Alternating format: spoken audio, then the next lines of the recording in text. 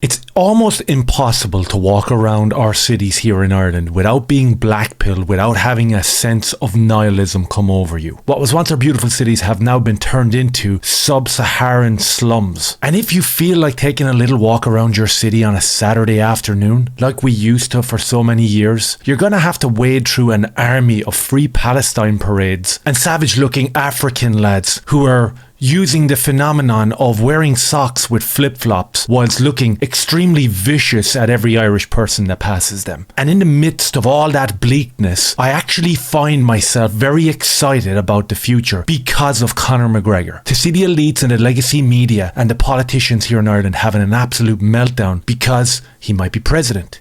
He might be mayor. And now we have Tucker Carlson rolling into town to hear the plight of the Irish people. And it's about time. We'll get into all that. Before we do, if you're new here, could you hit subscribe? I'd really appreciate that. And if you want to support the channel, you can buy me a coffee, become a member, or jump over onto Patreon and help me out over there. I appreciate it. We'll start off with Conor McGregor's plans to call 2 new witnesses in his civil case. This is huge news. Absolutely huge news. And of course, the legacy media are going after him, trying to shut it down. But this is insane. So an anonymous couple have come forward. They've signed affidavits stating that they heard Nikita Hand being attacked by another man. This should be spread across the internet, spread across social media, but it's not. It's been kept quiet because there is a targeted attack on Conor McGregor by the mainstream media, accompanied by every single politician who are losing their mind.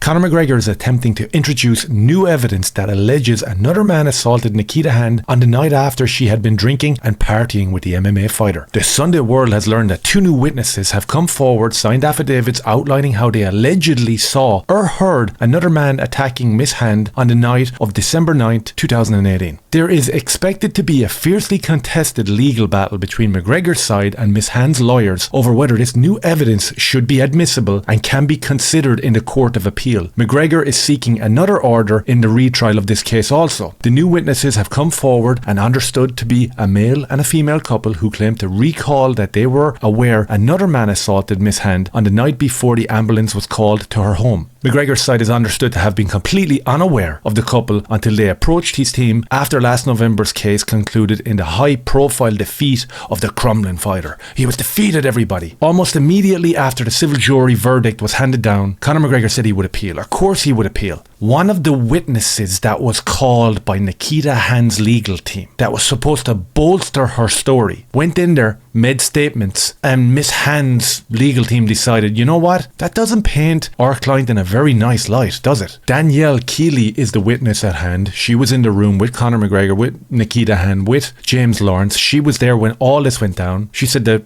she saw nothing untoward happening. She said that everyone looked perfectly happy. The CCTV backed up this story. When Conor McGregor left the hotel after his interaction with Miss Hand, she wasn't limping. She wasn't looking in distress. In fact, she went back to a hotel room for another 5 or 6 hours, continued to party, and probably did other stuff, according to James Lawrence. Remember that the judge, the absolute lunatic of a judge, would not allow this CCTV footage to be shown to the jury and kept handing them pictures of the bruises that was on Miss Hand, allegedly, to show how disgusting and vicious this assault allegedly by Conor McGregor was. So they weren't allowed to watch the CCTV footage of Nikita Hand hanging around, kissing, frolicking, leaving the room, going back to the room, never looking like she was bruised, never looking like she was sore, never looking like she was in distress or beaten or anything like that. No one was allowed to see that footage. And Nikita Hand's friend, Danielle Keeley, who was in the room, made a statement, and all that was discarded, swept under the rug as well. That sounds like a legit case, right? These are the same people that had pride in handing down the verdict of Conor McGregor being liable. Of course, there was no conviction. That's something that's put out there by mainstream media and a lot of absolute nutjobs over on Twitter. Miss Keeley was subpoenaed by Miss Hand's lawyers to come to court, but they decided then, you know what, this doesn't really make our client sound very, trustworthy or authentic, so let's bounce her out of there and get rid of her. Miss Hand's solicitor said last month that any alleged new evidence would be contested. You're goddamn right, it'd be contested. And I'll make the prediction right now, there is no way on this earth that that same judge is going to allow any sort of new evidence that might prove that Conor McGregor is innocent. This chick was on a 2-day bender. She went home to her fella, told him that she was with Conor McGregor. He put 2 and 2 together. Next thing you know, He's gone out of the picture. He's never heard of again. She has a new baby daddy on the scene now. The ex-boyfriend, Steve, never heard from again. She's seen on CCTV footage leaving the hotel. She's seen on CCTV footage hours and hours after Conor McGregor left her, looking completely happy, completely buzzed, jumping around, having a great time in the owl elevator, hanging off the neck of James Lawrence, popping in and out for burgers, jumping in and out of taxis, all perfectly legit and unharmed. And then, like that, apparently she's got the worst injuries that anyone has ever seen. According to the paramedic, which I find cringe and embarrassing and very, very typical of an Irish person who doesn't like Conor McGregor, she says that she has never seen injuries like this before.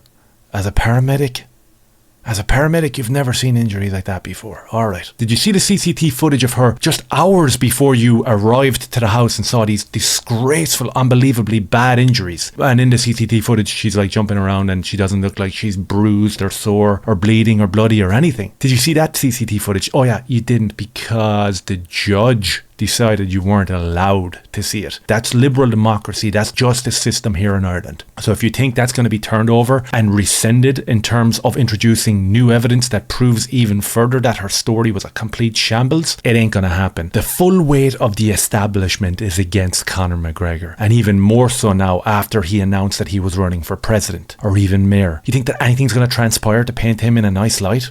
Absolutely not. The government are hesitating on a Dublin mayor vote over Conor McGregor fears. Let me translate that for you. Directly electing a mayor is being scrapped in case he wins. That's basically what this means. Across Ireland, a couple of counties have introduced the ability to directly elect a mayor. We saw it in Limerick and I believe down in Cork, where the people get their voice heard and they go out and vote for their local mayor. Dublin City Council have decided, with the establishment behind them directing every little nook and cranny of this, that we're going to scrap that idea. We were all for it because democracy and shit like that, but we're going to scrap that now because what if Conor wins and becomes mayor of Dublin? And the virtuous establishment were really pushing for this whole democratically elected mayor thing. They even spoke about the independent candidate John Moran as Limerick's first directly elected mayor, and it only amplified these concerns according to the Sunday Times. In 2022, Dublin Citizens Assembly report, led by ex-Dublin football boss Jim Gavin, suggested that the mayor should have powers across a range of sectors, including housing, transport, infrastructure, healthcare, education and economic development and more. The report was also proposed that the mayor should have the ability to alter and introduce local taxes, keep a share of any taxes collected in Dublin and generate funds from markets, investment bonds or loans. Just like Moran, the Limerick mayor elected last year, the Dublin mayor would serve a 5-year term with a maximum of 2 terms. Holy shit, if this was to come to fruition, how absolutely sickened would the establishment be? The fear of Conor McGregor having any sort of control pertaining to what they mentioned here. Oh my God. What would that mean for the Irish people in terms of the route where Conor seems to be focusing his energies now? Articles coming out of the Telegraph by Ruth Dudley Edwards talking about how the establishment can't fathom Conor McGregor's popularity. Of course, the Irish mainstream media have to counter that with absolute shamble headlines like wildly wrong to accuse Conor McGregor would be elected mayor, professor says. Associate Professor of Politics at the EU said that McGregor decides to run for Dublin mayor.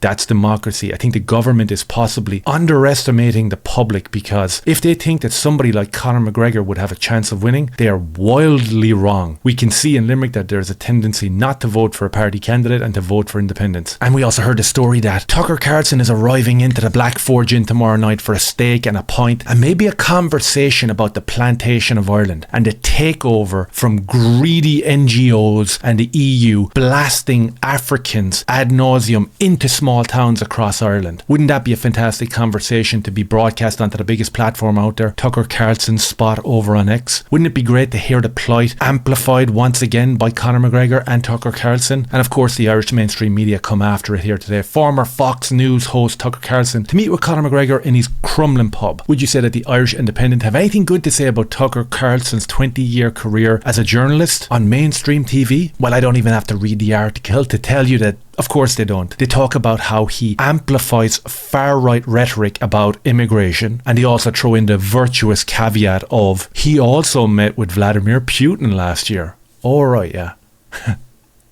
He must be as evil as Putin and as evil as Trump and as evil as everyone else who doesn't abide by your rules and your insane egalitarian utopia that will never come to fruition. Your mission has failed. Your multicultural utopia is failing right in front of your eyes. Conor McGregor will be instrumental in bringing that whole charade down to the ground, and they're trying everything in their power to try stop that, to try quell that, but unfortunately it seems like it might be too late, and the horse has already bolted. Conor McGregor will amplify the voice of the Irish people, whether he's mayor, whether he's president, or whether he's just chatting with Tucker Carlson in the Black Fortune. And on the 26th of April, we'll see the Irish people rise up with the help of Conor, with the help of Tucker, and you can't stop that. So let's see how this one plays out. Let me know your thoughts down below if any of that made sense. And as I said, hit like, subscribe, and share. Cheers.